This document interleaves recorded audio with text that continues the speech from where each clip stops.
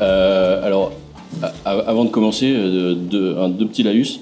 Comme on le disait ce matin, on a fini nos deux premières sessions de BAFA hier soir. Donc on a pris le car pour arriver à 4h ce matin à Bordeaux. Donc nous sommes quelque peu dans le coltard. Ça va se sentir. De fait, ça sera forcément beaucoup moins sexy que les 2 heures que vous venez de passer avec Jean-Michel. Donc je pense qu'à 2, on n'arrivera pas à un charisme pour 2, je pense, mais on va essayer de faire quelque chose quand même, un peu. Voilà. Merci pour l'invitation. On vient vous parler en tant que membre de Tous en Colo et on va essayer de vous présenter le travail de l'association. Tous en Colo est né en 2020 d'un constat: les colonies de vacances séparent. Si on peut aisément fantasmer l'inverse, le constat du réel n'en est rien. Plusieurs personnes ici présentes le savent déjà, surtout depuis le rapport Cancolo, surtout depuis le rapport Génération Cancolo, qui a été un peu le texte fondateur du collectif Cancolo, rapport qui s'appelle Des séparations en rencontre, texte qui a été publié en 2016. Non, les colonies de vacances ne sont pas pour tout le monde. Les colonies de vacances séparent, et j'irai jusqu'à dire les colonies de vacances ségrèguent. Les colonies de vacances peuvent être violentes, et ce, plus souvent qu'on ne le croit et plus souvent qu'on ne le voit. On y reviendra par la suite. Aujourd'hui, on souhaite s'exprimer devant vous dans un contexte assez particulier, celui d'un monde social et politique qui se durcit, qui se pressurise et qui laisse peu de place à celles et ceux qui luttent pour le droit aux vacances et pour le droit des enfants. Ce contexte est un contexte où les financements publics se raréfient, où les budgets dédiés aux aides sont questionnés et où les centres municipaux sont vendus et transformés en lieux de tourisme quand ils ne sont simplement pas rasés pour en faire quelque chose de plus lucratif. C'est aussi un contexte où de plus en plus de place est laissée au discours de haine dans lesquels exister différemment, exister en dehors de la norme et parfois simplement exister ne se fait pas sans certaines violences ou difficultés. Dans ce contexte, les initiatives cherchant à faire autrement se font de plus en plus rares et celles qui survivent encore plus. Tous en Colo est né de la conviction que chacun, chacune a le droit à un temps de respiration, à des vacances, et que celles-ci peuvent être à la fois accessibles et de qualité, que chaque enfant mérite un cadre où il ou elle se sente à sa place, écouté, protégé, valorisé. À chaque séjour, à chaque rencontre, nous avons tenté de faire un pas de plus vers des vacances réellement ouvertes à tous, un cadre accueillant pour chacun, chacune, un cadre vivable. On reviendra peut-être un peu plus tard sur ce terme, vivable. C'est un terme qu'on emprunte à Marion Perrin, dont on ne cache pas une certaine maternité idéologique. Pour répondre aux besoins des jeunes, mais aussi pour répondre aux besoins des équipes que nous rencontrons, nous avons fait le choix d'un engagement fort dans le travail social. Nos équipes cherchent en tout temps à créer des environnements où chaque enfant peut s'exprimer librement, être entendu et recevoir le soutien nécessaire. Il faut le dire, c'est un travail absolument invisible. Aujourd'hui, immensément majoritairement, un séjour se choisit au regard d'un catalogue d'activités garanties bien plus qu'au travail humain qui permettra la rencontre, l'échange ou même encore plus important, la protection. C'est pourtant exactement à cet endroit, à ce point précis, qu'existe la finalité de l'entièreté de notre travail, un travail humain qu'on nomme care, le prendre soin. Et du coup, c'est de ça dont on souhaite vous parler aujourd'hui, de care et de vivabilité en colo. Donc, on vous propose sur l'heure qu'on va passer ensemble de nous suivre un petit peu dans la réflexion qui a mené à la création de notre asso et de suivre notre cheminement vers la problématique suivante. Comment est-ce qu'on fait pour construire des colos inclusives autrement, pour toutes et tous, et donc inévitablement fondées sur le care dans le contexte politique actuel qui est le nôtre, donc un contexte économique et idéologique qui actuellement freine ces dynamiques-là. Donc, cette question, en vrai, elle n'a rien de neuf. Elle a longtemps été, avec d'autres mots, l'étendard d'éducation populaire. Et pourtant, dans le contexte qu'est le nôtre, elle est plus que jamais d'actualité. On sait très bien qu'en s'appelant tous en colo et en cherchant à faire des colos inclusives, on obtient à minima quelques incompréhensions et des désapprobations. Bon, hypothétiquement, pour les gens, même si les gens qui ne sont pas là, les gens qui nous critiquent, entre guillemets, qui ne comprennent pas notre démarche ne sont pas là, et ne pas cacher notre héritage dans l'éducation populaire. Excusez-moi, je me suis perdue, pardon. Je vais y arriver. Du coup, on sait très bien qu'en s'appelant tous en colo et en cherchant à faire des colos inclusives, on obtient un minima des incompréhensions et des désapprobations. Et on ne va pas cacher notre héritage de l'éducation populaire. Et c'est important de savoir d'où l'on parle. Donc la problématique qu'on va aborder avec vous, elle est toute simple. C'est comment est-ce qu'on construit des colos en pleine mixité et en faisant tout pour lutter contre les violences. Et ce, dans un contexte qui, lui, devient de plus en plus violent, et tout particulièrement avec les marges. Donc, on va proposer, pour réfléchir à cette question, de découper notre temps en 3 parties. D'abord, vous parlez de c'est quoi les violences en ACM, faire un peu un état de l'art. Et on va essayer de voir pourquoi est-ce que les violences en accueil collectif de mineurs sont structurelles. Ensuite, on va essayer de vous proposer de décortiquer la question du care et de la vivabilité en ACM, avec des pistes de solutions que nous, on a pu essayer de construire, de solidifier lentement, année après année, avec notre expérience de terrain. Et pour finir, on vous proposera certaines de nos réflexions sur les limites, les écueils et les vigilances que nous estimons devoir conserver. Alors sur les parties qui suivent, il est possible que ça recoupe un peu ce que Jean-Michel a dit. On ne s'était pas concerté, donc inévitablement, il y a des petites parties qui se recoupent. Parler des violences en ACM, pour nous, c'est raconter d'où l'on vient.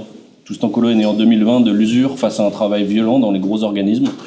Les animes, les éduques, les formateurs, les formatrices, les dirlots de l'asso ont des profils et des parcours assez différents, mais tous ont un point commun. En travaillant avec ou pour ces grosses boîtes à colo, nous avons tous un jour travaillé comme nous ne le souhaitions pas.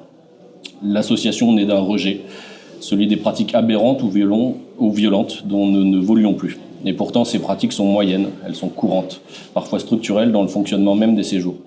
Nous ne voulions plus réveiller quotidiennement des enfants à 7h30 chaque matin pour aller au cheval parce que c'est ce qu'on a vendu aux parents. Nous ne voulions plus voir des budgets délirants pour du matériel mais rien pour le goûter et des salaires à 30 € la journée. Nous ne voulions plus voir des parents considérés comme clients rois au détriment du repos de Corentin parce qu'ils ont payé pour du surf. Nous ne voulions plus voir des équipes d'animation épuisées parce que le grand jeu préparé à 1h du mat passait avant leur devoir, ou droit au repos, ou la sécurité des jeunes le lendemain. Nous ne voulions plus voir des centres insalubres mais rentables où la loi passe après les marges. Apparemment, les dividendes priment sur la lutte contre les punaises de lit. Nous ne voulions plus voir des directeurs et des directrices qui préfèrent poser leur déco pour un grand jeu plutôt que de faire un exercice incendie. Nous ne voulions plus voir des jeunes trans assignés à des chambres non conformes à leur genre au nom d'un confort administratif ou de la peur de la réaction des parents, des camarades de chambrée. Nous ne voulions plus voir des jeunes épuisés à qui on impose un programme d'activité long comme le bras alors qu'ils avaient juste besoin de repos. Nous ne voulions plus voir des jeunes précaires renvoyés parce qu'ils ou elles mangeaient trop. Pour bien parler des ACM, aujourd'hui, il faut comprendre la nature des ACM. L'ACM est un objet historique, politique, on y reviendra, mais aussi, en ce moment, surtout, la colo est un objet économique. Il faut savoir reconnaître cette réalité, parfois difficile à entendre pour nos oreilles militantes. Les colonies de vacances sont devenues très clairement des objets économiques. Et comme tout objet économique, elles sont traversées par des logiques de marché, par des contraintes budgétaires, par des exigences de rendement. Et on peut tirer plusieurs éléments de ce constat. On ne peut pas attendre des individus, ici les structures organisatrices de colo, de s'affranchir des dynamiques de marché tant qu'elles y seront plongées. En d'autres termes, on ne peut pas espérer que des organes privés, entreprises ou associations ne fassent autre chose que d'essayer de défendre leurs intérêts et de se pérenniser en respectant les règles du marché, à savoir dégager des marges. On pourrait croire qu'on s'éloigne du sujet en traitant la question économique, mais pas du tout. On parlait un peu plus tôt de la mixité et de l'inclusion en séjour. Est-ce qu'on pense qu'il peut exister un séjour de 10 jours à Tokyo à 2 500 € et un séjour au fond de la Creuse entièrement couvert par la CAF en parallèle et se dire qu'il va y avoir de la mixité? Donc le modèle économique de nos colos, c'est le premier facteur de ségrégation. Si vous pensez que ce frein n'est qu'une conséquence malheureuse et surtout involontaire, il faut aller écouter les dires des dirigeants d'organismes. Donc là, on vous propose une citation qui résume bien ce constat. Et elle vient de la bouche de Cédric Javot, le fondateur de Téligo, une structure qui a été du coup après assimilée par l'UCPA.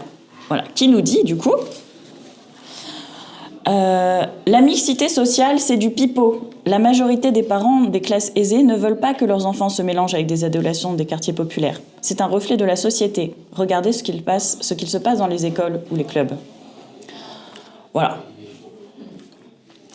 Mais soyons juste un temps cyniques et dépassons la question de cette ségrégation économique. Dépassons le fait que dès le premier instant, on échoue à faire des séjours inclusifs. Admettons que la ségrégation économique n'est pas si grave. Faisons ensemble cette expérience de l'esprit. qu'est-ce que l'économie de l'animation induit sur les pratiques de l'animation ? Dans une logique où pour survivre, il faut marger, il faut optimiser les coûts et ensuite satisfaire le client. Donc, déjà l'optimisation des coûts. Je ne vais pas m'éterniser là-dessus parce que c'est une évidence que tout le monde vit au quotidien. À travers l'inflation pour un particulier, il y a les coupes budgétaires pour une structure, on sait que ça induit inévitablement des tensions et des violences. Et quand la logique devient celle du marché, les choix des organisateurs sont plus toujours pédagogiques. Ils sont stratégiques, marketing, financiers. Et dans cette course à la rentabilité, la question de la minimisation des violences devient très très secondaire. Par exemple, former des équipes à la lutte contre les violences sexistes et sexuelles. C'est trop cher. Et surtout, pour quel effet ? Souvent, les structures forment, après qu'il se soit passé quelque chose, dans une optique de damage control. Proposer un menu de qualité, c'est trop cher. Mais une sortie au Futuroscope, ça ferait bien mieux sur le catalogue. Il y a 100 lits dans cet internat au lycée. C'est 100 places à remplir. Les enfants qui ont besoin d'être isolés et qui par conséquent vont prendre plus de lits, ce sont des enfants qui sont moins rentables. Tant pis pour les jeunes autistes. Le modèle économique, c'est le nid des discriminations et de son lot de violence. Bon. Mais ensuite et surtout, après optimiser les coûts, il y a satisfaire le client. Qui est le client ? Aucunement l'enfant, rassurez-vous. Le client, c'est le payeur, le parent. Un parent devenu consommateur, devenu prescripteur, devenu juge de l'accueil, alors qu'il n'y met pas les pieds. Encore une fois, c'est un bien mauvais moteur pour prendre des décisions en faveur des jeunes. Avec le même budget, est-ce qu'on va former des équipes aux enjeux de violence ou à connaître le droit du travail, par exemple ? Ou est-ce qu'on va plutôt les former à tenir un blog photo ? Comme ça, les parents, ils verront bien tous les jours ce qu'ont fait leur enfant. Ce sera super à vendre sur le catalogue. Donc, la place prise par les parents dans cette économie, elle est des plus perverses. Le parent client a plus de poids que l'enfant, qui est pourtant l'usager. Il y a un indicateur assez intéressant pour ça, c'est le Net Promoter Score. En gros, on vous demande à la fin du séjour de faire remonter « Est-ce que vous recommanderiez notre colo à vos amis ?»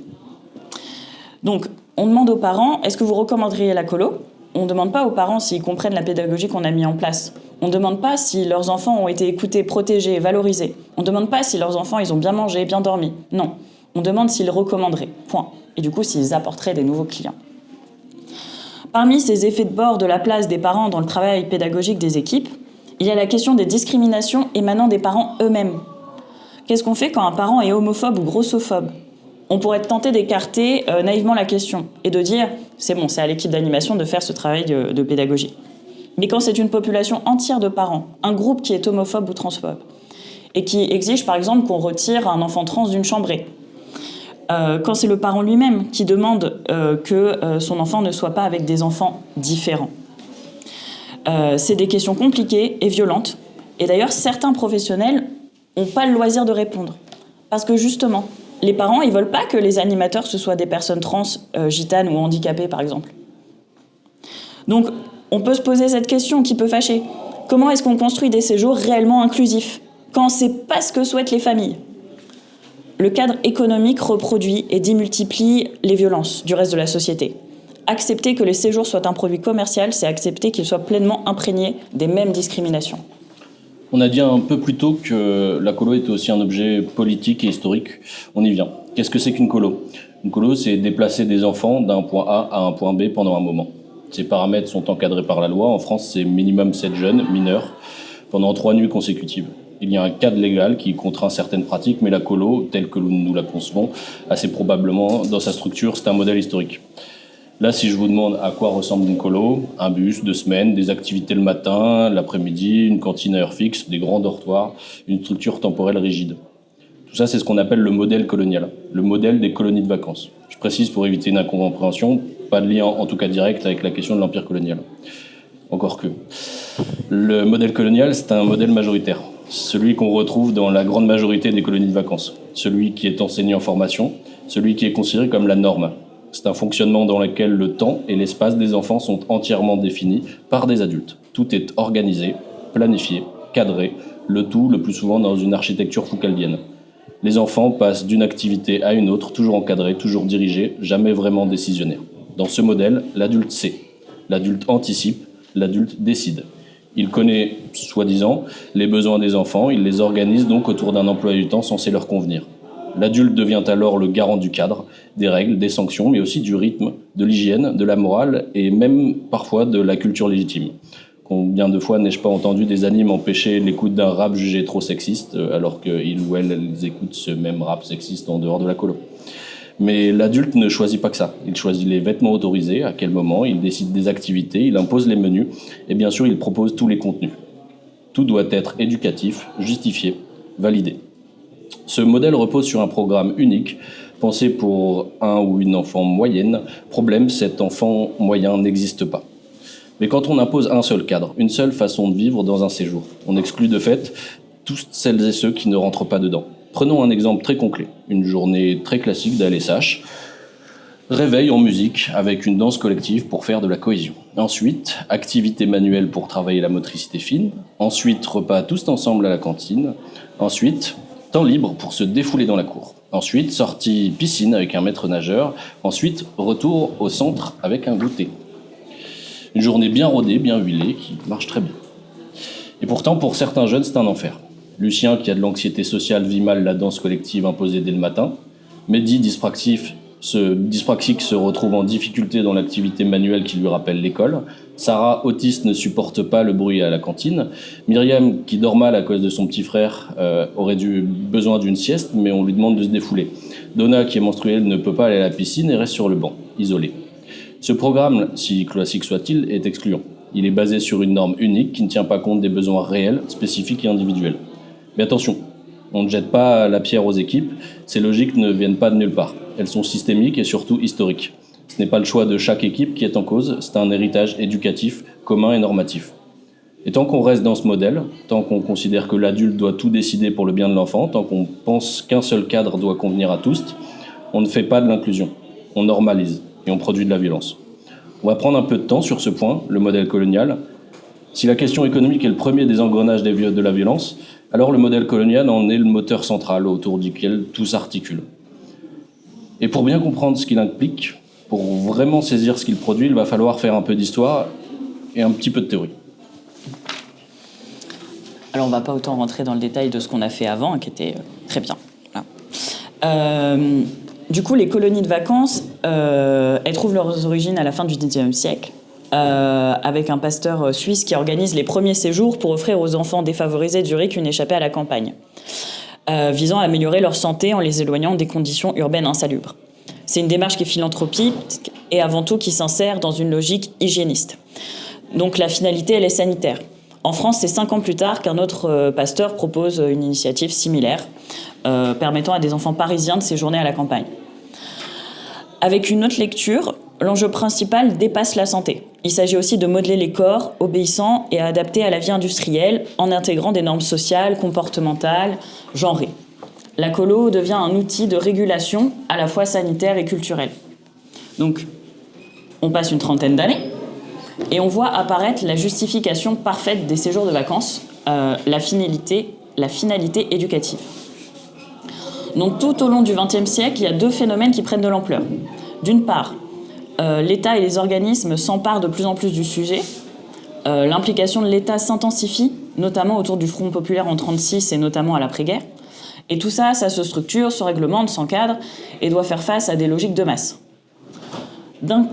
Du côté du fond, dans tout ça, on voit arriver l'éducation nouvelle, un mouvement pédagogique qui s'appuie sur la théorie des besoins, les travaux de Piaget, et plus généralement le développement de l'enfant, pour proposer des contenus adaptés à différentes tranches d'âge.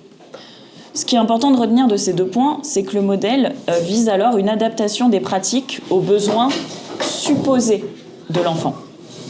C'est là que le glissement opère. Les besoins deviennent alors des normes sur lesquelles on va calquer un modèle. Et qui dit norme, dit marge. Tout est pensé à partir d'un profil idéal de la France du début du XXe, un enfant blanc, valide, calme, docile, au bon repère cognitif et plutôt issu de la classe bourgeoise. Ce qui ne colle pas à cette image devient alors un cas particulier. Et c'est ainsi que naît le modèle de nos colonies de vacances, le modèle colonial, un modèle qui, encore aujourd'hui, organise massivement les séjours en ACM. Ce modèle, c'est un programme unique, pensé en amont, décidé par des adultes. C'est une organisation du temps et de l'espace avec une journée type, supposée convenir à tous. Mais cette norme produit de la violence, parce qu'elle oublie, elle invisibilise, elle écrase tout ce qui s'en écarte. La marge, ici, n'existe pas en soi. Elle est produite par l'injonction à la conformité. Et cette production se fait sur des critères multiples. Le genre, la classe, les capacités cognitives, l'état de santé, physique ou psychique, les besoins spécifiques. C'est Goffman qui nous l'explique. Pour le dire vite, le stigmate naît dans le regard normatif de l'autre.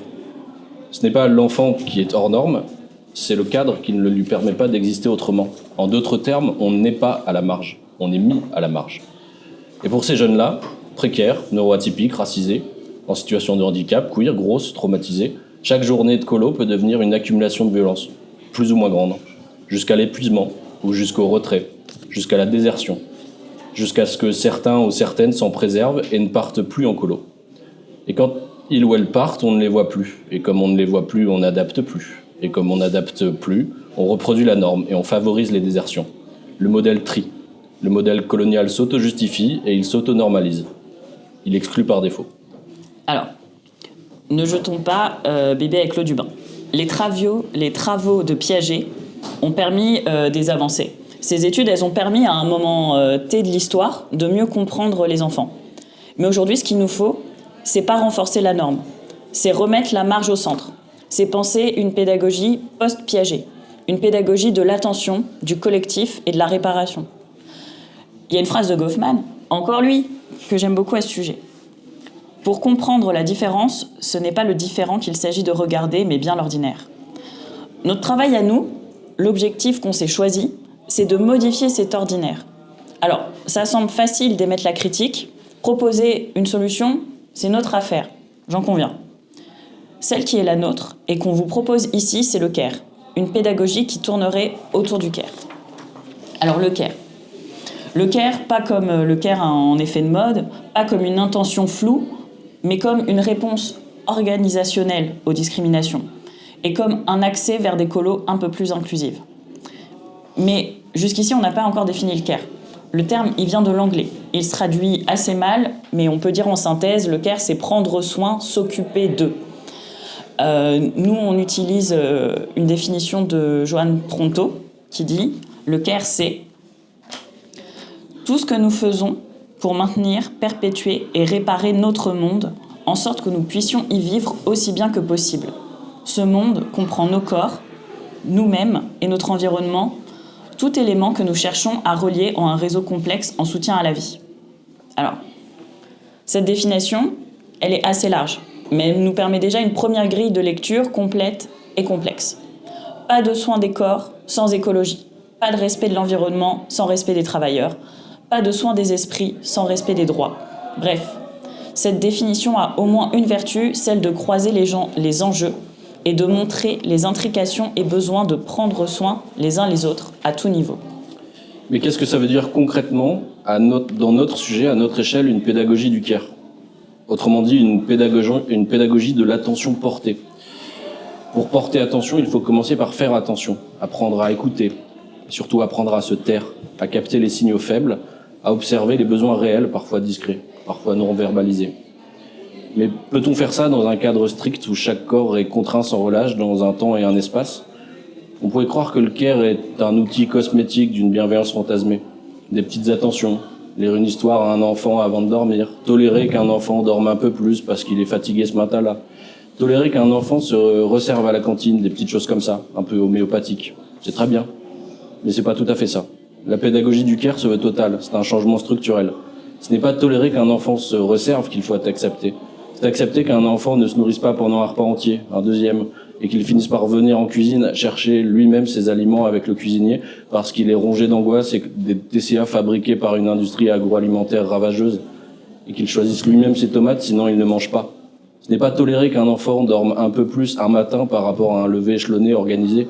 C'est repenser l'entièreté des couchers et de levées pour que les enfants dorment selon leurs envies de vacanciers et de vacancières et leurs besoins d'individus.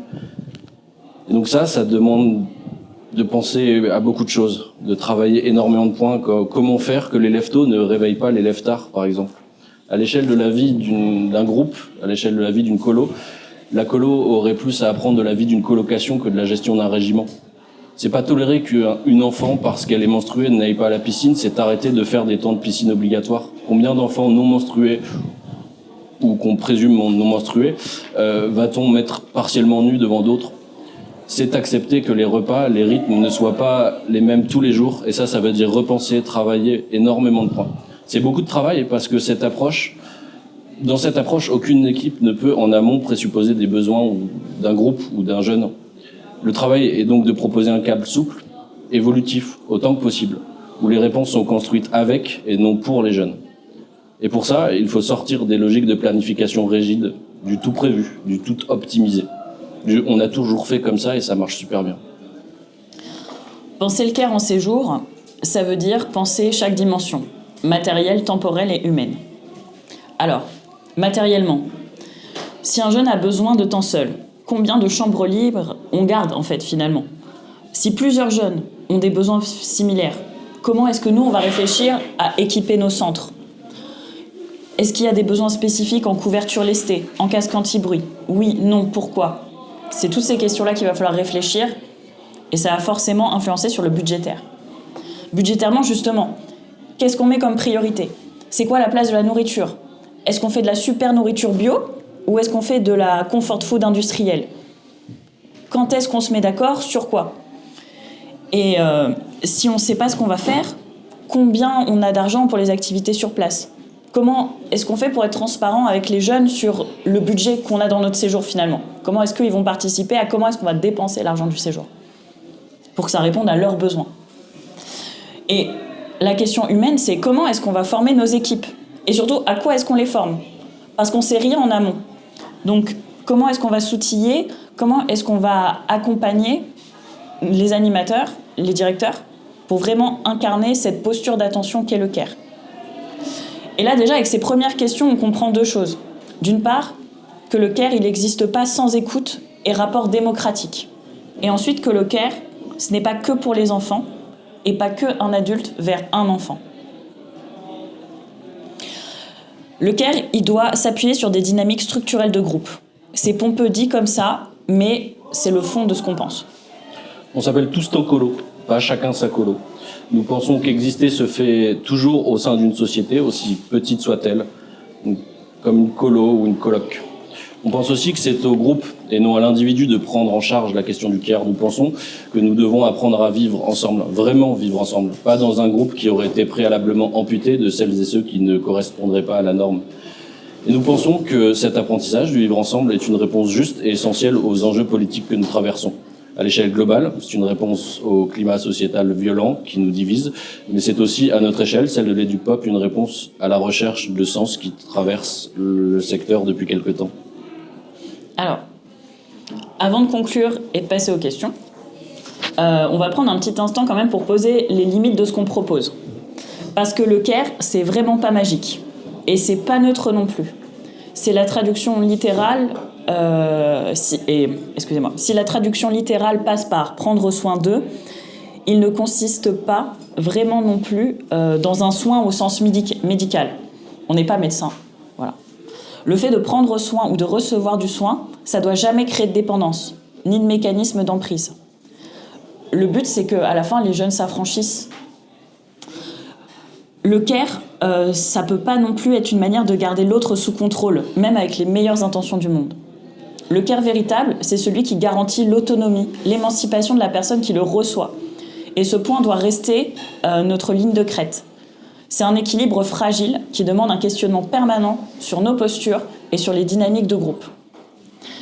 Et aussi, on est dans un contexte où il y a beaucoup de personnes qui s'engouffrent, ou par intérêt de charlatan, ou par croyance et besoin, dans un nombre croissant de dérives de pseudosciences et de pseudomédecine. Il faudra qu'on reste vigilant et que la pédagogie du care ne résonne pas comme une nouvelle solution du développement personnel. C'est aussi ici la question du groupe qui est primordiale. Le care, c'est une réponse politique, pas une solution individualiste. On aimerait finir par une piste un peu plus optimiste. Dans le climat dur qu'on connaît tous ici, l'éducation populaire reste un champ d'action des possibles. On ne cherche pas à dire que nous avons solution à tout, mais qu'on essaye. On ne cherche pas à dire qu'on est parfait, qu'on a fait des petits paradis, vraiment pas. On cherche à dire qu'on cherche l'utopie, qu'on essaye de vivre ensemble et que ça, on y parvient. Tout ce temps colo est né en 2020. On faisait partir alors 10 enfants. Cette année, 5 ans plus tard, on en fait partir 270. On cherche à vous dire que dans certains interstices, c'est encore possible. Merci.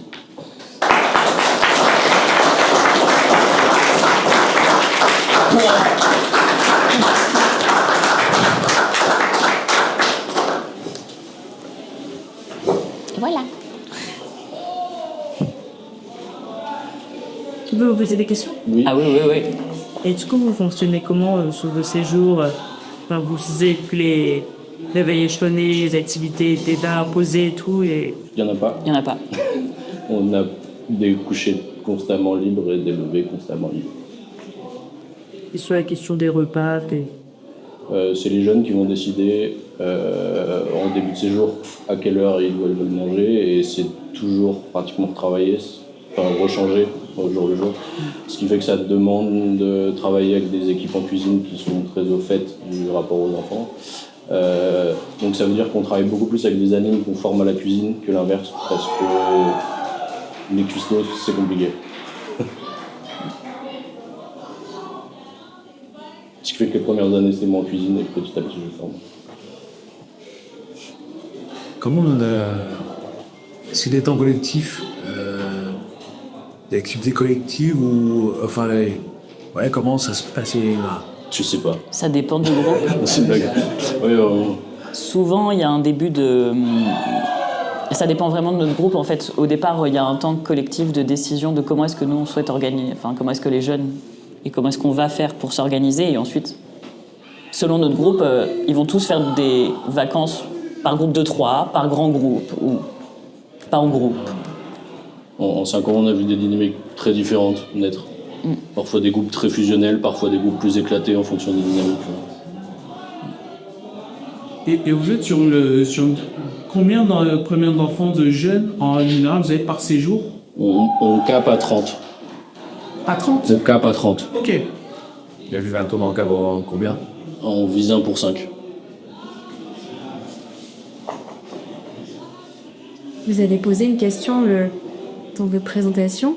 Comment outiller les animatoristes que vous employez?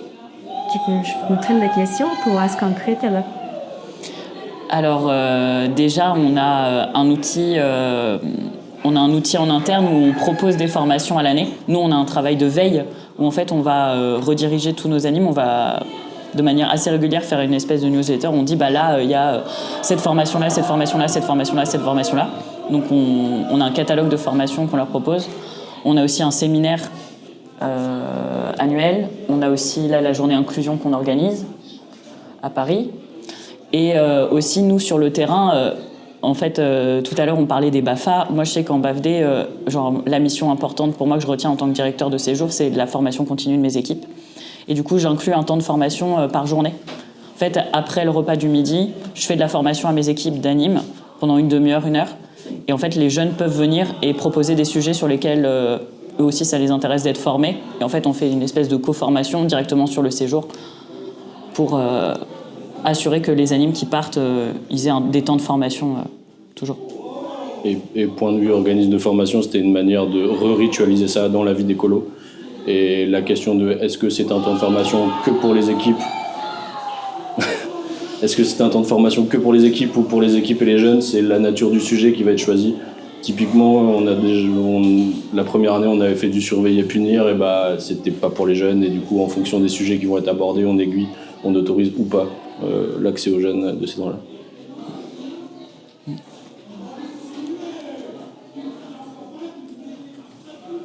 Du coup, les locaux, ils font quoi s'ils ne peuvent pas être présents et que les animateurs sont autre part? Ils vivent. Non, mais c'est une blague, mais ils n'ont pas toujours besoin de nous. Ils savent qu'on est là. S'il y a un souci, ils savent très bien où on est. Mais dans l'absolu, c'est un temps d'autogestion et il n'y a pas de. C'est un temps sans regard autoritaire. Mais il y a beaucoup de oui. temps sans regard autoritaire chez nous. Comment vous définissez les profils? Vous imitez vers STLK ou non mais là, ici, ça va être possible. On n'a pas déjà l'accréditation pour certains publics. Oui. Déjà, ça limite. Parce que voilà, on n'est pas à des séjours spécifiques. Mais sinon...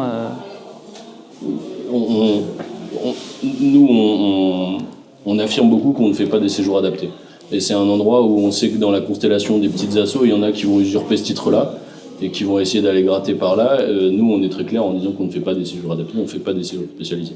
Par contre, on sait très bien, on a des parents qui ont construit avec les parents les PAI et c'est à nous de juger si on estime que oui ou non, on va être en mesure de les accueillir. Pour l'instant, on n'a jamais eu de soucis. En 5 ans, on a toujours accueilli tout le monde. Voilà. Ça va être le PAI va être construit avec les familles, avec nous et avec du personnel soignant quand il y a besoin. C'est déjà arrivé que sur nos séjours, il y ait des infirmières qui passent, enfin voilà, mais juste on s'arrange. Et il y a des flux associés dans le code. Alors, ça, je pourrais. Je sais pas aussi bien, mais... C'est toujours la question. La question des coûts, c'est toujours la question qui fâche. Après, on s'en sort pas trop mal. On est à 995 pour 14 jours. Donc en vrai, nous, c'était un gros enjeu, la question des mixités aussi d'âge et de... Ciao. Ciao.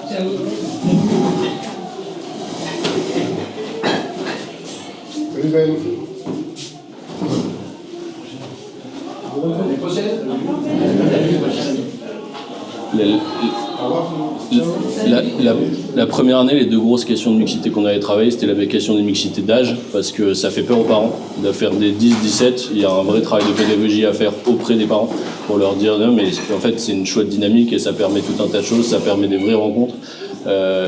Donc nous, on l'a défendu et au jour où on y arrive.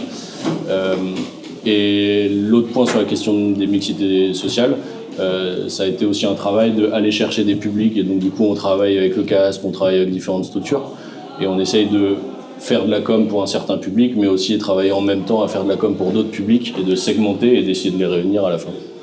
Donc c'est un travail très long, méticuleux. Et il y a 5 ans, j'imaginerais pas que ça soit ça mon job, mais c'est ça.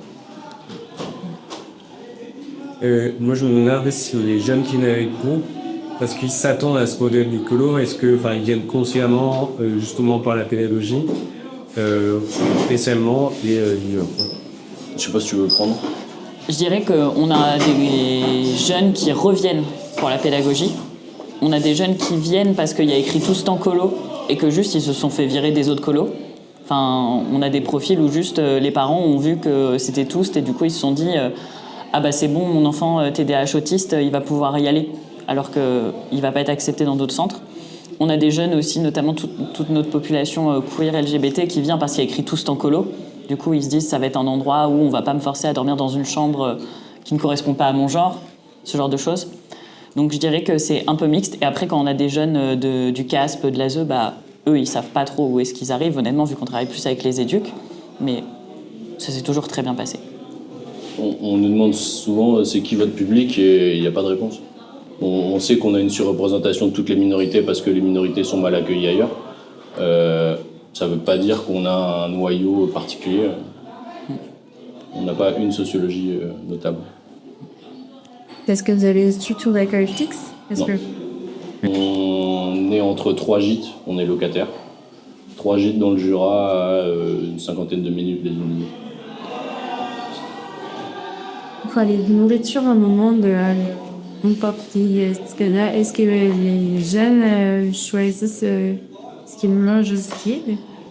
Alors je sais que sur les séjours, nous en tant que cuisiniers, on a l'obligation légale de présenter un menu au directeur, parce que je fais aussi la cuisine des fois.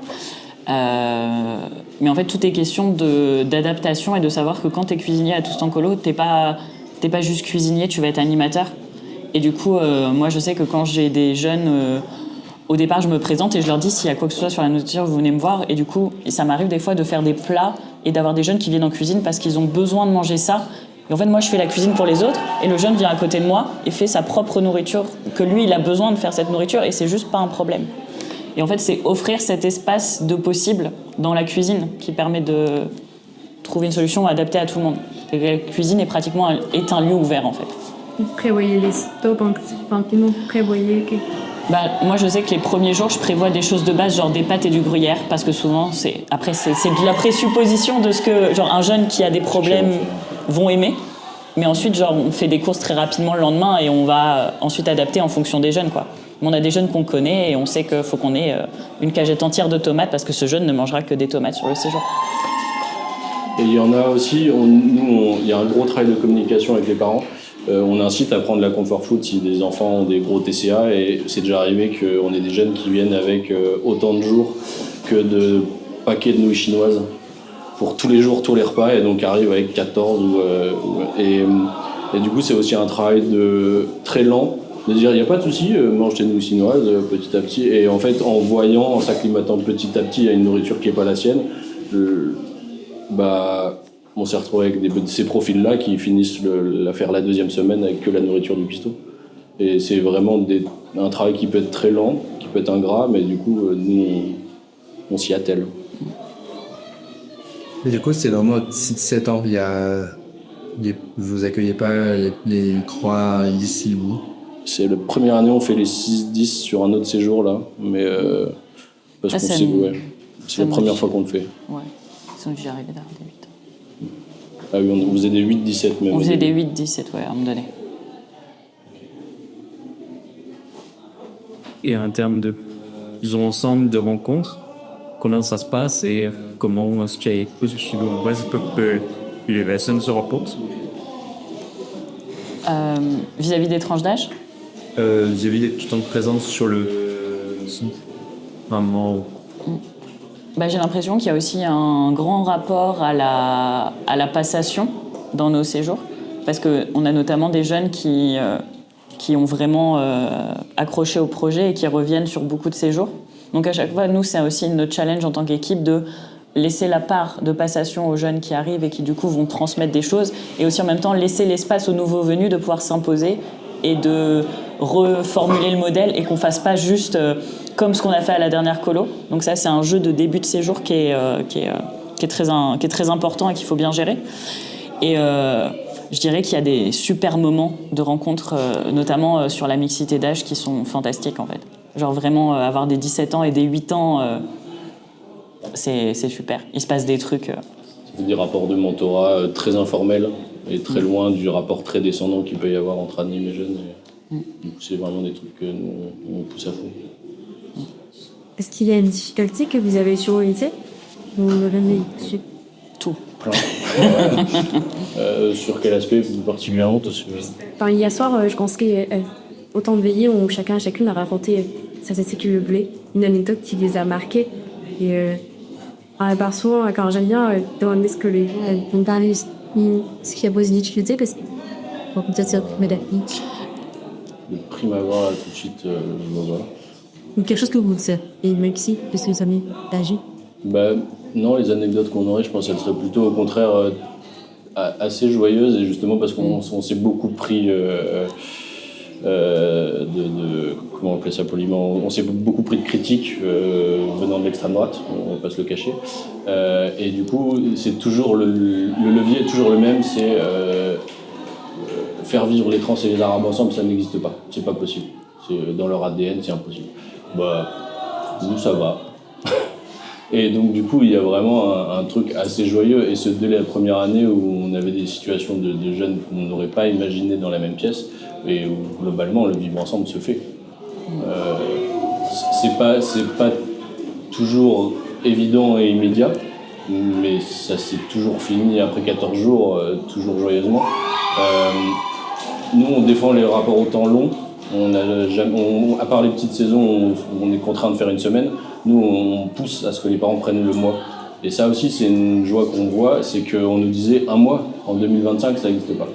Et pourtant on a de plus en plus de familles qui prennent le mois, et on sait ce que ça représente, et c'est là aussi où dépassons le mot d'engagement, parce que voilà, mais il y a un véritable engagement des parents parce que ça représente un coût dans leur budget, on le sait. Et pourtant, une fois qu'on a montré patte blanche et qu'ils ont compris la pédagogie qu'on mettait à l'œuvre, ces parents choisissent de nous confier leurs enfants un mois consécutif. Et après, ça fait des temps de vacances très longs et on peut travailler de la manière dont on entend. Donc moi, je suis très convaincu de cette dynamique de temps. assez vertueuse à mes yeux. Justement, tu parles du mois d'été. Est-ce que vous développez des séjours sur les petites vacances? Est-ce que vous avez d'autres propositions pour l'autre de l'année? On fait octobre et février parce qu'on nous le demande et parce que ça permet de faire vivre. En fait, on a aussi le rapport au Caire des animes et les animes ont des besoins de travailler. Donc, c'est suite aux demandes qu'on fait aussi février et octobre. Mais nous, on est convaincus que ça nous fatigue plus qu'autre chose. On arrive, il reste 5 jours, une journée de règle de vie, une journée de rangement, et il reste 3 jours. Donc, nous, à nos yeux, pédagogiquement, on ne défendra pas les séjours d'une semaine, parce que ça fait peu sens, mais on le fait parce qu'il y a une demande et parce que le modèle économique. Et est-ce que vous avez envie de ravaler? Moi, point. C'est très similaire à ce qui se passe chez Val-Soleil. Je suis le seul salarié pour un CA à peu près au tiers de ce qu'il y a chez Val-Soleil. CA chiffre d'affaires, pas conseil d'administration. CA chiffre d'affaires, pas CA conseil d'administration. Pour un volume de moulaga divisé par 3. Toujours par Bangladesh, est-ce que vous avez pensé déjà à travailler avec les plus petits du coup, parce que là du coup c'est que être qui va. Est-ce que vous avez déjà pensé à travailler avec les plus petits et comment? Là, on a notre premier séjour cet été 6-10 qui va partir. Donc, on va faire un séjour. Ensuite, on va réfléchir. Et c'est pas les mêmes réglementations sur les bâtiments en dessous de 6 ans. Du coup, je suis pas sûr qu'on aille là-bas. Enfin, qu'on aille en dessous de 6 ans. Mais du coup, je pense que ça va être des choses qui vont arriver dans notre réflexion bientôt. Mais déjà, on va expérimenter et voir ce qui revient du terrain, quoi. Et là, comment ça va se passer ce petit séjour? Soit ça sera différent, soit ça sera pas différent. Je pense qu'il va. Ouais. Je suis pas le directeur de ce séjour. Mais... je pense que le noyau philosophique restera le même. Après, ça nous pose. On est en train d'y répondre, donc du coup, je vais pas donner une réponse toute prémâchée, mais les axiomes resteront les mêmes. Après, dans la manière de le mettre en place, je pense qu'il y aura quelques aménagements inévitablement. Mais... Et du coup, toujours sur rien sur les âges, ce séjour-là, les 6-10, ils sont mélangés avec d'autres âges ou c'est que un séjour service? Là, c'est le 3e gîte qu'on ouvre et c'est que 6-10. Et les autres, du coup, ça se passe comment? Il y a plusieurs groupes d'âge qui ensuite se rencontrent ou c'est genre juste...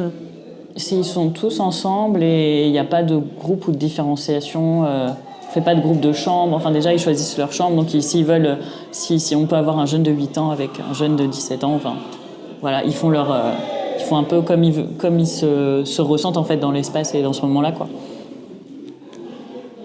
Est-ce qu'il y a d'entrée des problématiques qui s'avaient de reflux trop ou est-ce que vous arrivez à pérenniser les équipes? Pérenniser, c'est un grand mot. Problème de recrutement, non.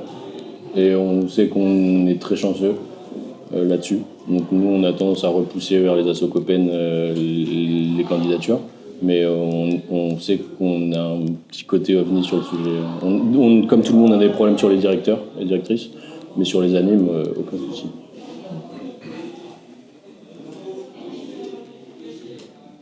En partie lié par la médiatisation, en partie lié par l'extrême droite. Donc, merci.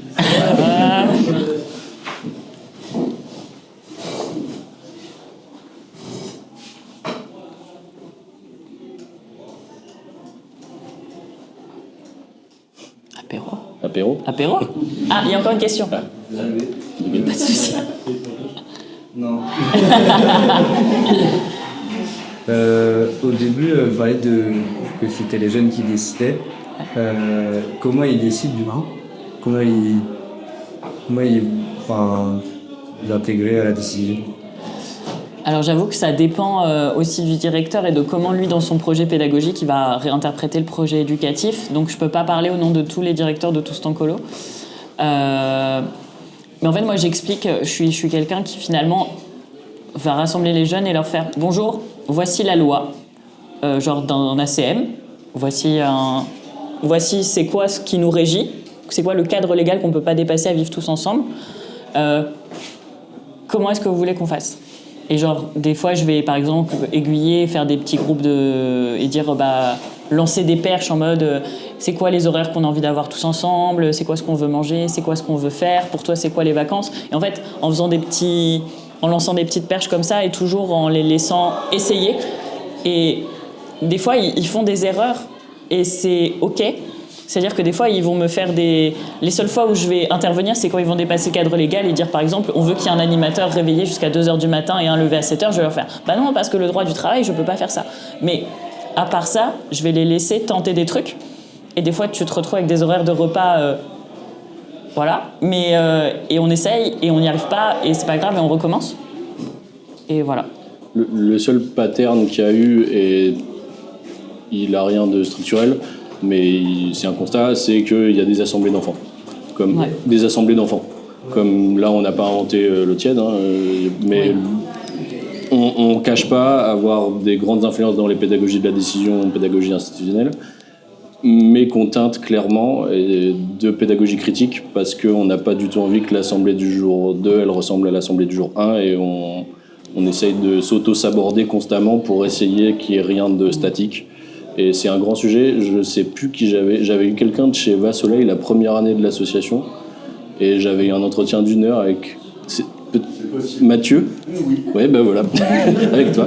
Et du coup, j'avais. C'est Mathieu. De quoi ? Plus d'1 heure, c'est Mathieu. Ok. Et à l'époque, on était très. On va commencer chaque séjour avec un tabula rasae et dire qu'est-ce qu'on va construire. Et en fait, on a des jeunes qui reviennent.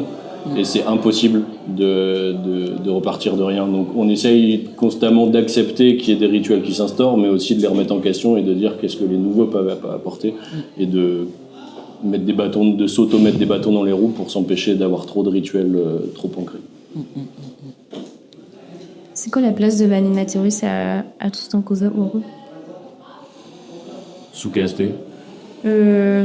Par rapport, c'est quoi vos critères finalement, qu'est-ce que vous recherchez quand vous recrutez et quelle est leur posture, un peu des conflits, est-ce qu'il y a quelque chose qu'il y a ? Pour la partie recrutement, je dirais que c'est essayer d'avoir une équipe la plus diversifiée possible afin de pouvoir répondre en fait au plus de besoins, comme on en parlait dans le CARE. C'est genre, il va y avoir plein de choses à observer, plein de choses où il va y avoir de la posture et il va y avoir des besoins ultra différents de l'enfant. Donc avoir des équipes avec des personnes qui se ressemblent pas du tout et qui vont pas du tout avoir les mêmes intérêts, les mêmes parcours, en fait, essayer d'avoir vraiment de la diversité dans l'équipe pour que ça puisse répondre au maximum de besoins de jeunes différents.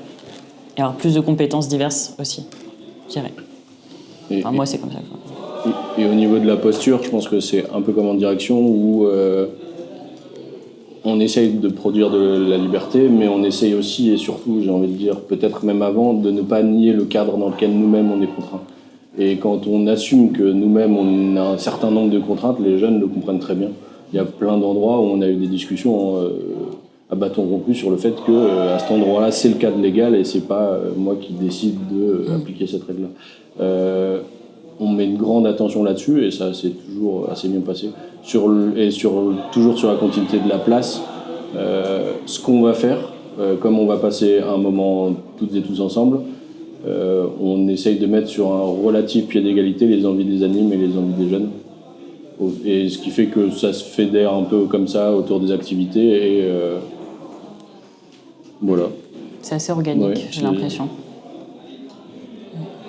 Comme le cadre, la disposition des... je sais pas, juste pour me représenter un peu parce que c'est important dans l'événement et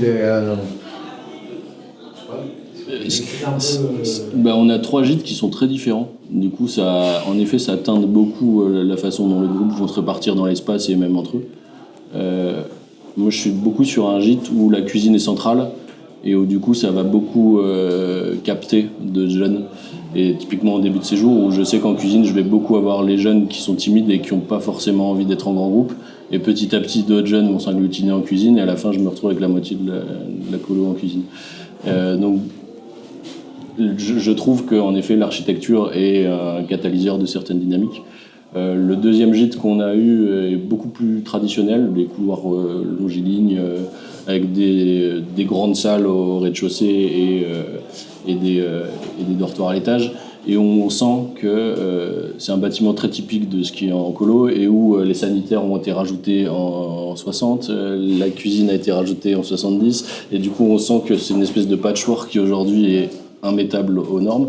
Donc ça va teinter la façon dont, et sur ce gîte-là, le cuistot a toujours beaucoup plus de mal à amener des jeunes en cuisine, où il faut aller balayer, dire qui va faire de la cuisine, alors que de l'autre côté, comme c'est central, ça se fait tout seul.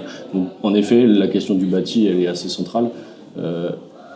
Nous, on essaye d'avoir des gîtes très différents parce que des jeunes vont avoir des envies avec des gîtes très différents. Ce gîte-là, il peut nous paraître moins bien à certains adultes, mais en vrai, il est aussi immense à un prix réduit, ce qui fait qu'on a beaucoup de chambres et des jeunes qui veulent s'isoler. C'est beaucoup plus facile d'avoir un surtaux de lit, un surtaux de chambres. Donc, comme pour nous, c'est une dimension aussi importante, on va aussi favoriser ça. Et du coup, on essaye d'avoir des gîtes différents parce que des besoins différents. Bon, les rituels, il y a zéro rituel, enfin instauré en tout cas, pas par des feux. Ouais. À part, Donc sur les 14 jours, enfin, il y en a qui s'instaurent, oui, pas, mais il y a cas de tout poser les fins. à part l'assemblée et le café péda côté Le café anime. péda côté animateur pour faire de la Un petit formation. repère journalier, enfin, d'accord. Je sais ça. Mais en tout cas, les levées, les couchers sont vraiment pas des rituels. Nous, la politique globale qu'on amène sur les couchers, c'est à partir de telle heure, on arrête d'animer. Moi, globalement, ils vont se coucher. Hein. Donc, et ça se fait plus ou moins organiquement. Il y en a qui ont besoin d'être accompagnés. On fait un accompagnement au sommeil, mais on ne va pas les coucher. Et, Sauf s'il y a une demande, c'est discuté avec le jeune, quoi. Est-ce que vous avez une fois des jeunes, enfin, moi, c'est peut-être qu'est-ce que je fais, j'ai pas essayé ce que vous faites, mais qui ont besoin de cadre, de relation de cadre, en tout cas avec un adulte. Et c'est déjà arrivé, qu'est-ce que vous êtes? je réfléchis parce que j'ai pas d'évidence là. Moi, j'ai une évidence. Ah, vas-y. Oui, moi j'ai une évidence. Moi j'en ai discuté avec le jeune. En fait, c'est un jeune que j'aime beaucoup, car là on commence à avoir un vrai suivi sur ce jeune qui est venu l'été dernier, qui revient. Donc le premier été, j'avais pas beaucoup d'infos sur ce jeune. Et c'est en cours de séjour qu'on a eu une discussion sur mais c'est quoi toi ce que tu attends de nous en tant qu'adultes pour que le séjour se passe bien. Et c'est là qu'on s'est rendu compte qu'il y avait un besoin plus de cadre. Et du coup, on a rectifié le coche sur la fin du séjour.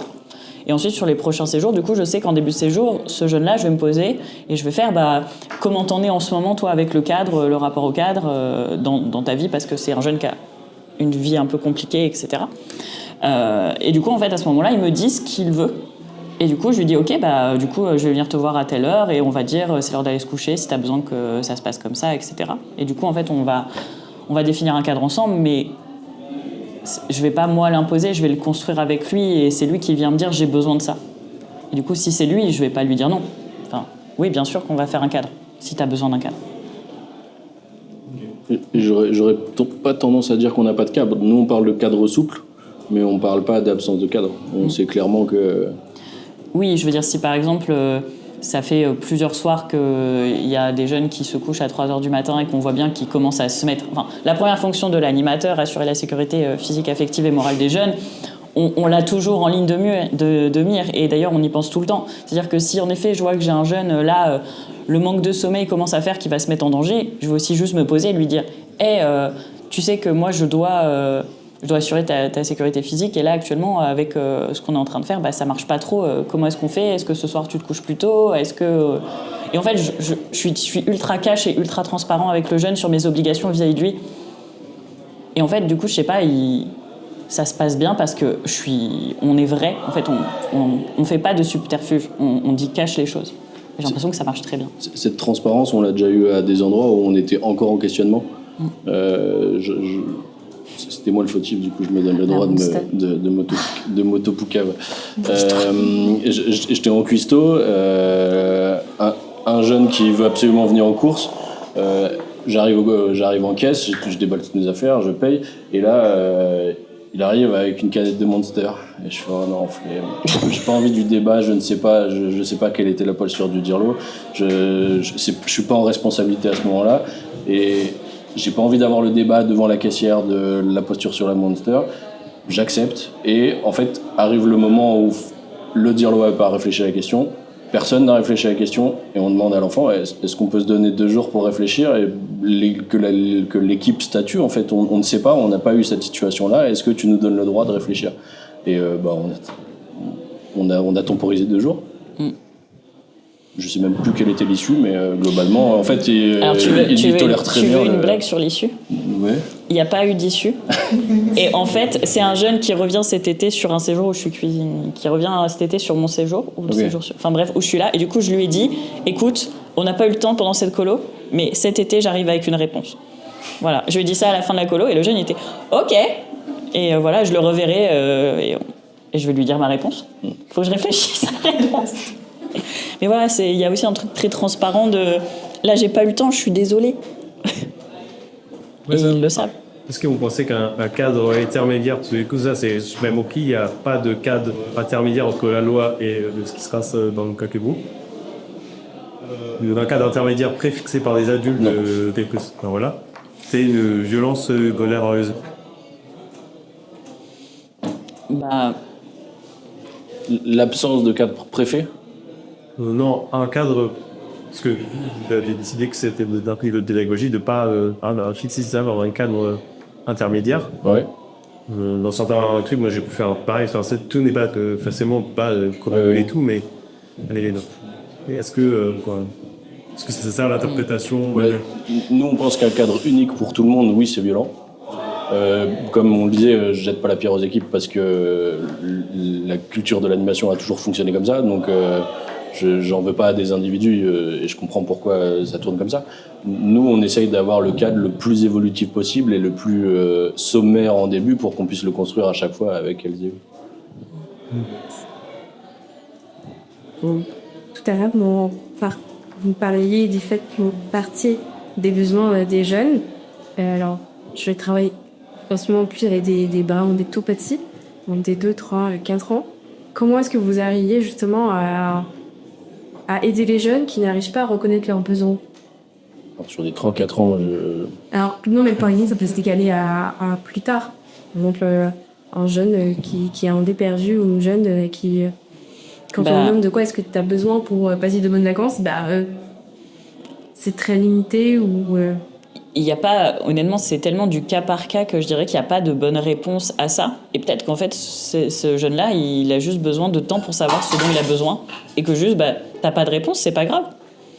On va faire des trucs et tu nous dis si ça te va ou pas et on verra demain ou après-demain si tu as eu des nouvelles idées. Mais peut-être que c'est aussi un jeune qui a juste qui a besoin en fait de temps et d'expérimenter physiquement et de manière expérientielle le lieu de la colo et qui va tester des trucs et il sait pas et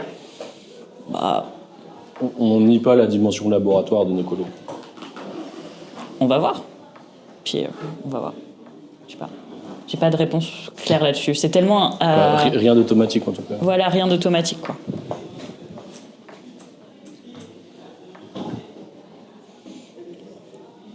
C'est vrai que des fois, tu as des jeunes... Enfin, je reviens sur les besoins des jeunes. Des fois, tu as des jeunes aussi en colo.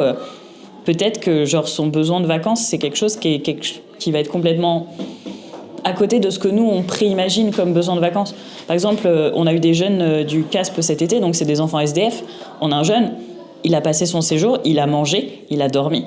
Mais c'était super. Il a passé ses meilleures vacances. Et nous, c'est vrai qu'on a tendance à avoir un biais en tant qu'anime de se dire « Ah là là, il faut qu'il fasse des activités, il faut qu'il socialise avec les autres jeunes. » Lui, sa meilleure vie, c'était juste d'avoir un lit et à manger. Et pour moi, il nous a dit que c'était les meilleures vacances. C'était ça dans ses évals. Ouais. On fait des petits trucs pour remonter. Ils écrivent ou ils dessinent ou ils entourent. Et j'ai bien mangé, j'ai bien dormi, c'était super.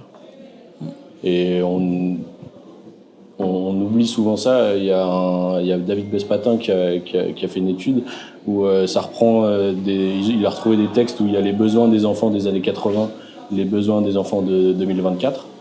Ça n'a pas bougé. Et les désirs, ils n'ont pas évolué. C'est je veux être avec mon copain, je veux bien dormir, je veux bien manger. Ça n'a pas bougé. Il y a une petite partie en plus sur le rapport au téléphone, mais vraiment, c'est pas grand-chose. Et globalement, les attentes ont pas du tout évolué et on n'y a pas du tout répondu. Donc, Dommage. raté. Et il y a toute une partie où ne pas être violent, ça commence par ne pas, et c'est pas forcément quelque chose d'actif.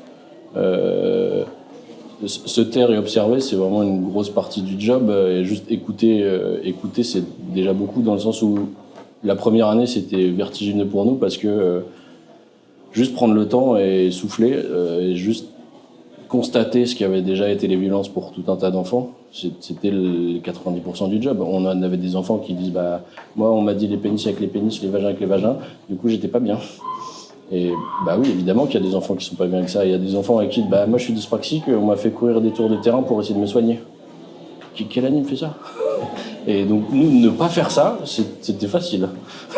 Et donc il y a tout un tas de situations où juste écouter le vécu des jeunes et constater la disaster class monumentale, pour nous, c'était déjà une bonne partie du boulot. Une gamine grosse qui dit bah moi j'étais en colo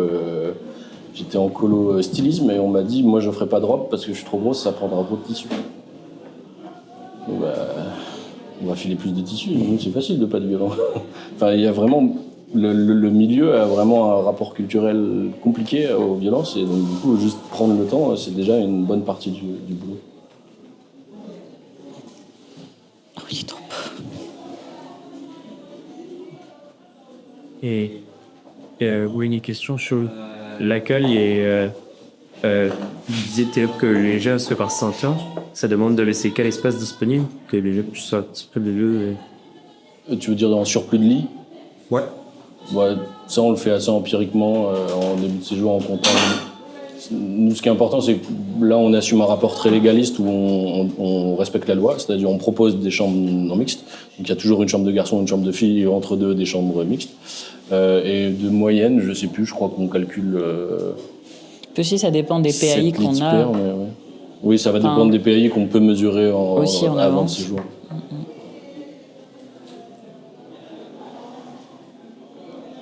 Est-ce qu'il y a d'autres questions ou...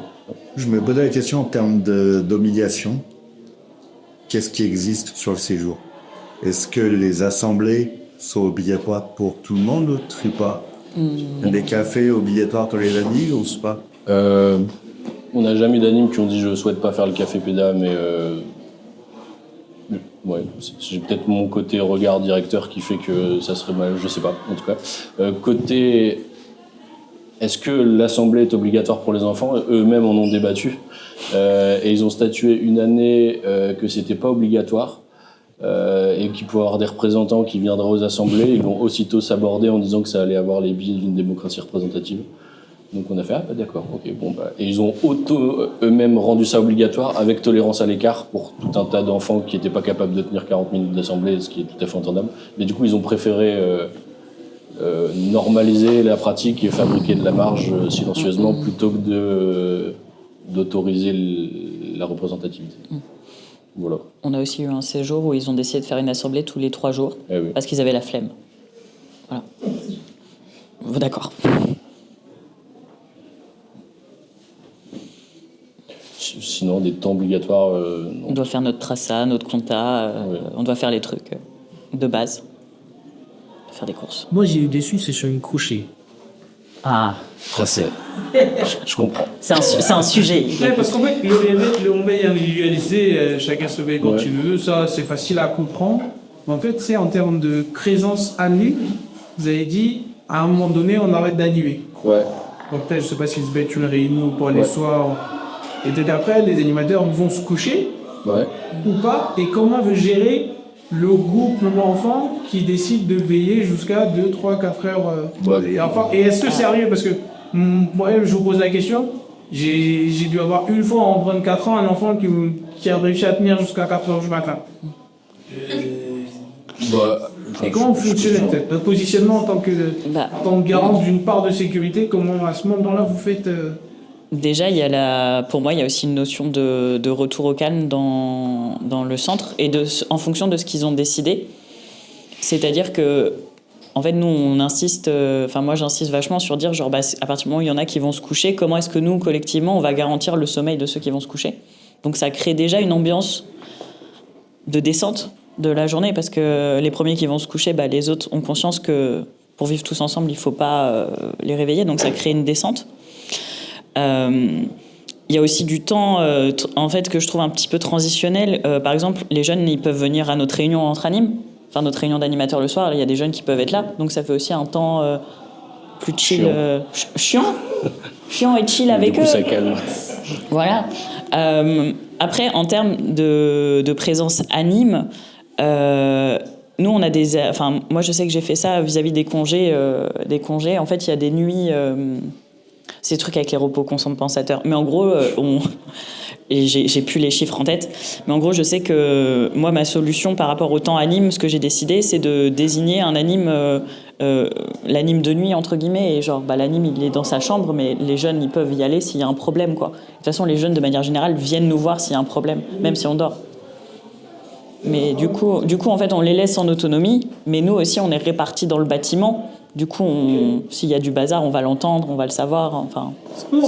Moi, c'était le même exemple il y a deux gamins qui veulent jouer au Uno dans le réfectoire en bas, donc qui jettent personne théoriquement. Ils jouent au Uno. Si ça fait pas de bruit, ils jouent au Uno jusqu'à 4h du matin s'ils ont envie. Ouais, ça dépend des cernes qu'ils ont le lendemain. Et voilà, c'est ça. On aura le suivi, mais... c'est comme ce que je disais, genre s'ils font ça 2 soirs de suite et que moi j'arrive et que je fais là je peux pas assurer ta sécurité physique parce qu'il a des cernes comme ça, je fais là va falloir qu'on trouve une solution. Mais c'est aussi le droit d'expérimenter. Je pense que c'est le moment aussi d'expérimenter. Qu'est-ce que ça me fait de me coucher à 4h du matin en colo, quoi. C'est ça, nous on a tendance à dire on préfère qu'ils expérimentent en nous lisant que sans nous lire. Parce qu'on a bossé dans des gros orgas où en vrai ça a lieu. Ça a lieu mais dans notre dos et du coup on peut pas l'accompagner parce qu'on sait pas quand ça a lieu. Et du coup le lendemain tu vas à l'acrobranche. Oui, c'est ça. Alors que l'enfant il a pas dormi. Ouais. Donc, en vrai c'est aussi une des vertus qu'on a vues de la question de la mixité d'âge, c'est qu'à partir du moment où il y a des 10 ans, ceux de 17 se sentent beaucoup moins en droit de faire le sbeul quand il y a des gamins de 10 ans qui dorment. Et du coup nous on a vu des trucs hyper chouettes d'autorégulation du groupe par lui-même. Parce qu'il va falloir aussi prendre soin des 10 ans. Et l'année dernière, on a eu cette situation où ils avaient décidé de dormir dans des cabanes, ils avaient fait des super cabanes, machin, et il y en avait une petite de 10 ans qui s'était mis en plein milieu, tous les ados se taisaient parce qu'il va falloir laisser dormir une jeune. Et c'était vraiment très choupi. Et ça, la mixité d'âge est un outil qui permet ce levier-là pour une autorégulation. Et vis-à-vis des parents, comment vous gérez les demandes des parents vis-à-vis de ce que les enfants vont exprimer comme besoins ? Les parents, ils ont lu le projet éducatif. Hein. Ouais, on est super chanceux, je pense. Dans la mesure où... Notre pédagogie, elle est tellement affichée que les parents, ils peuvent pas dire « j'ai pas fait exprès ouais. ». Enfin, ils peuvent pas faire « j'ai pas vu, oh là là, j'ai pas vu ». Non. Et au point que on est très opaque avec les parents et les parents savent qu'on est opaque. À certains endroits, on va dire, des parents vont venir gratter, là, il était un peu triste aujourd'hui, oui, mais je vais pas vous dire pourquoi. Peut-être que j'ai la réponse ou peut-être que je l'ai pas, mais en tout cas, à cet endroit-là, il va falloir une confiance réciproque dans le partenariat pédagogique. Mais en tout cas, je donnerai pas l'information. Et c'est plutôt chouette.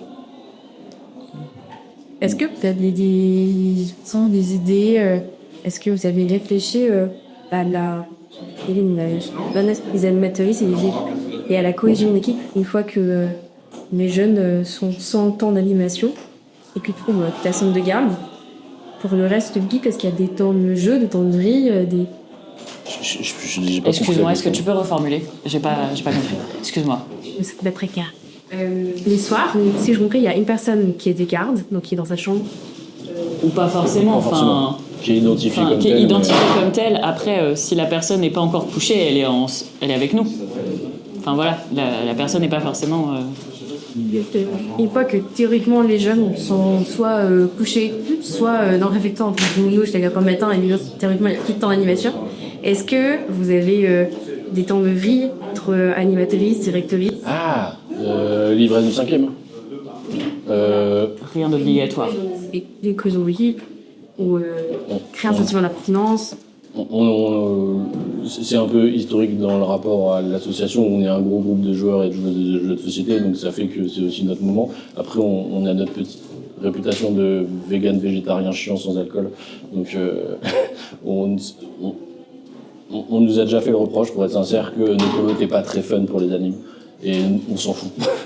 On le vit bien, on a des cinquièmes qui finissent très tôt et nos animes dorment beaucoup. On sait qu'on a une surreprésentation de handi parmi nos équipes.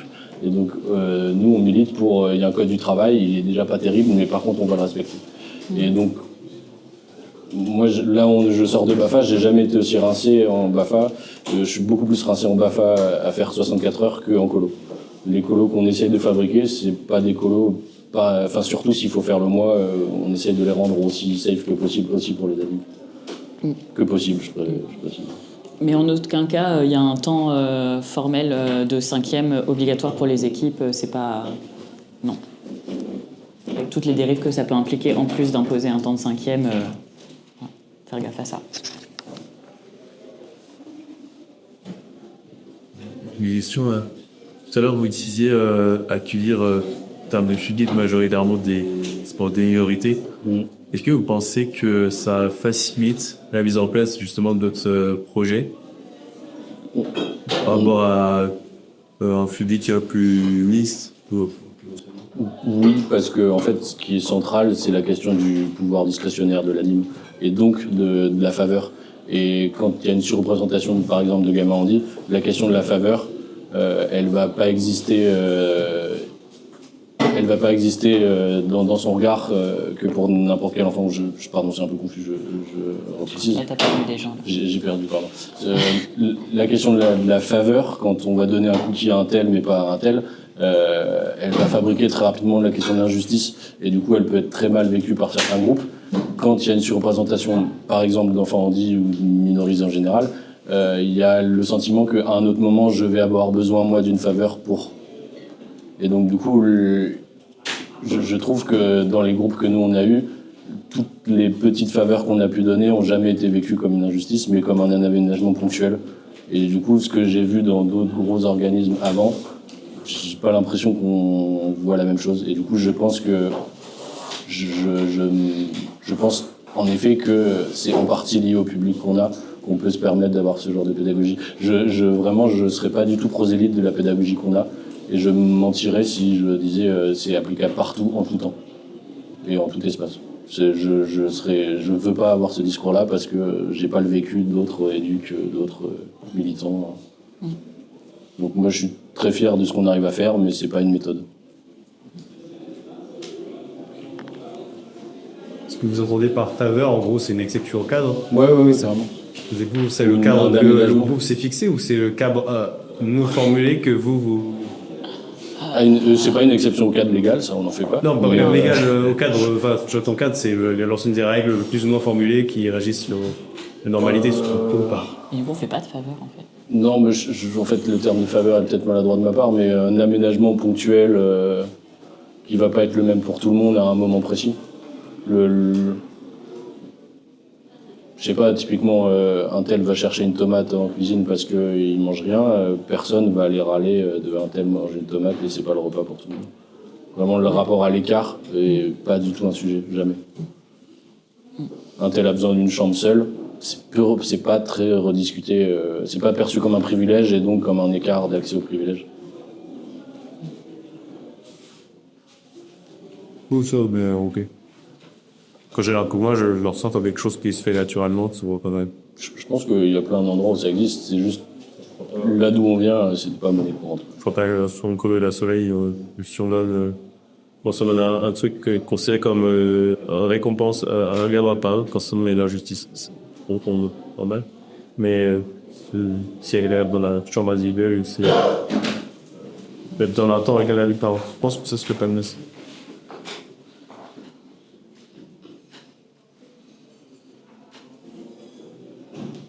L'apéro. Si vous voulez, on peut continuer à discuter autour d'une bière, il n'y a pas de problème. Merci. Merci à vous.